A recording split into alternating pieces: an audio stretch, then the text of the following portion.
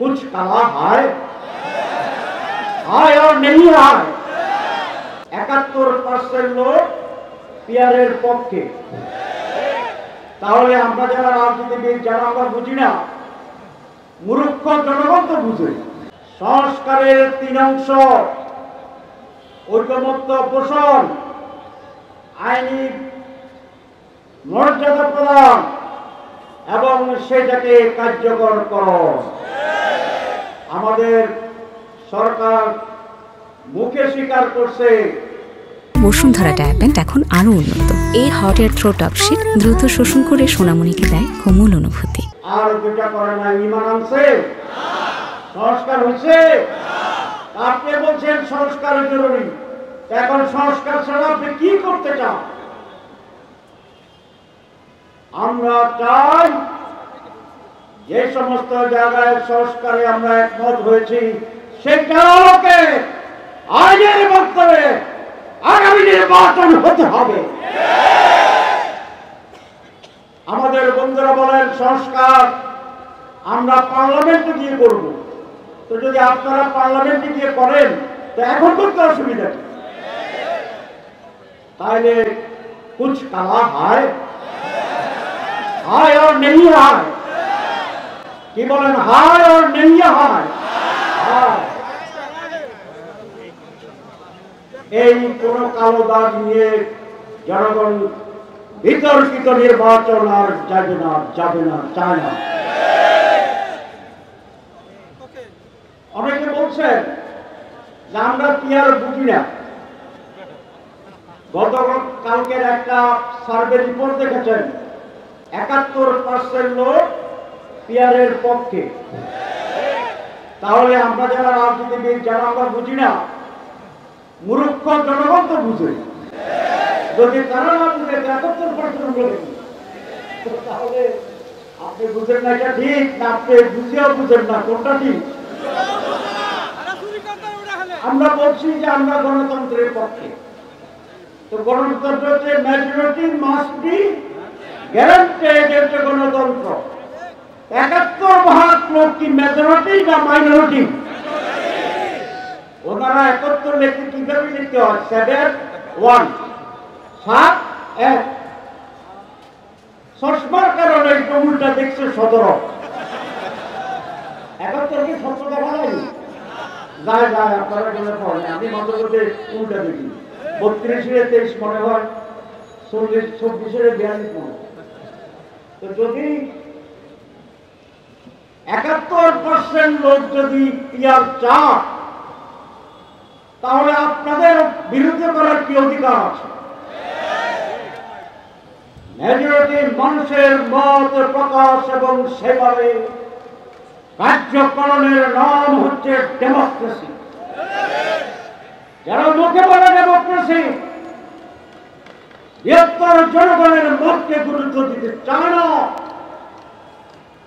তাদের ব্যাপারে বলা যায় মুখ মে শেখ ফরিদ, বগল মে ওটা প্রধান। সুতরাং আমি বলতে চাই, বক্তব্য বেশি দেব না, আসুন ডায়লগ করি। সরকারকে আহ্বান জানাবো, রাজনৈতিক দলগুলোর সাথে ডায়লগে বসেন।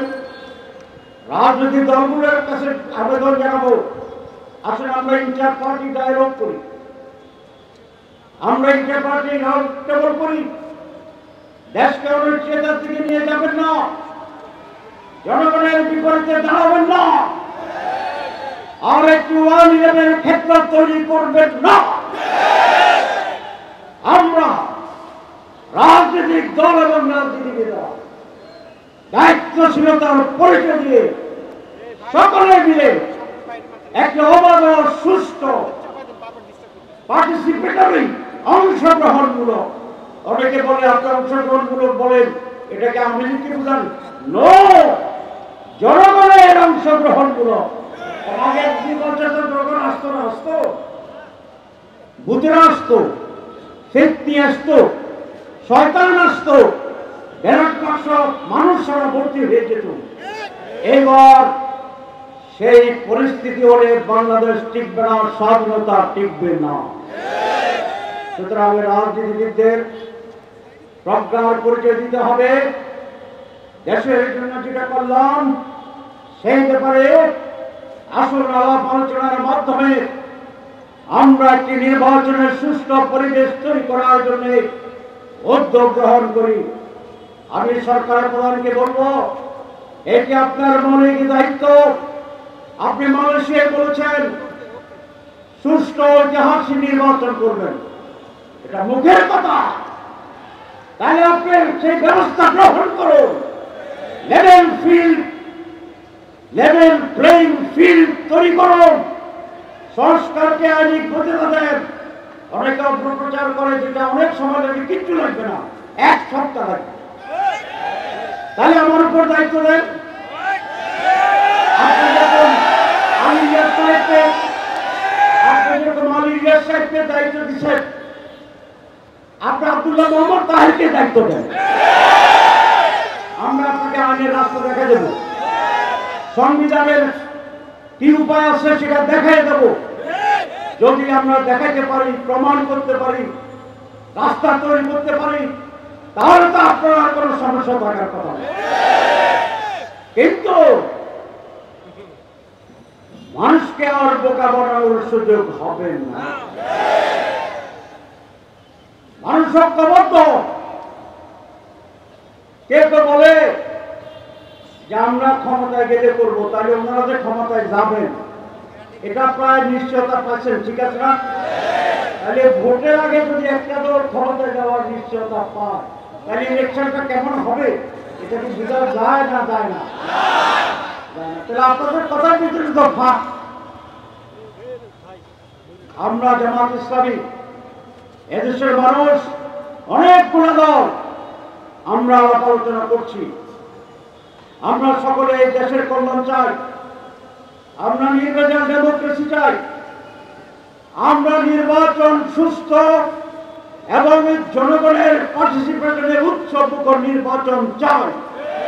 যারা এই নির্বাচনে এই পরিবেশ তৈরিতে নানা কথায় নানা অজুহাতে বাধা সৃষ্টি করে ধূম্রজাল তৈরি করে, তারাই নির্বাচন নিয়ে ষড়যন্ত্র করছে।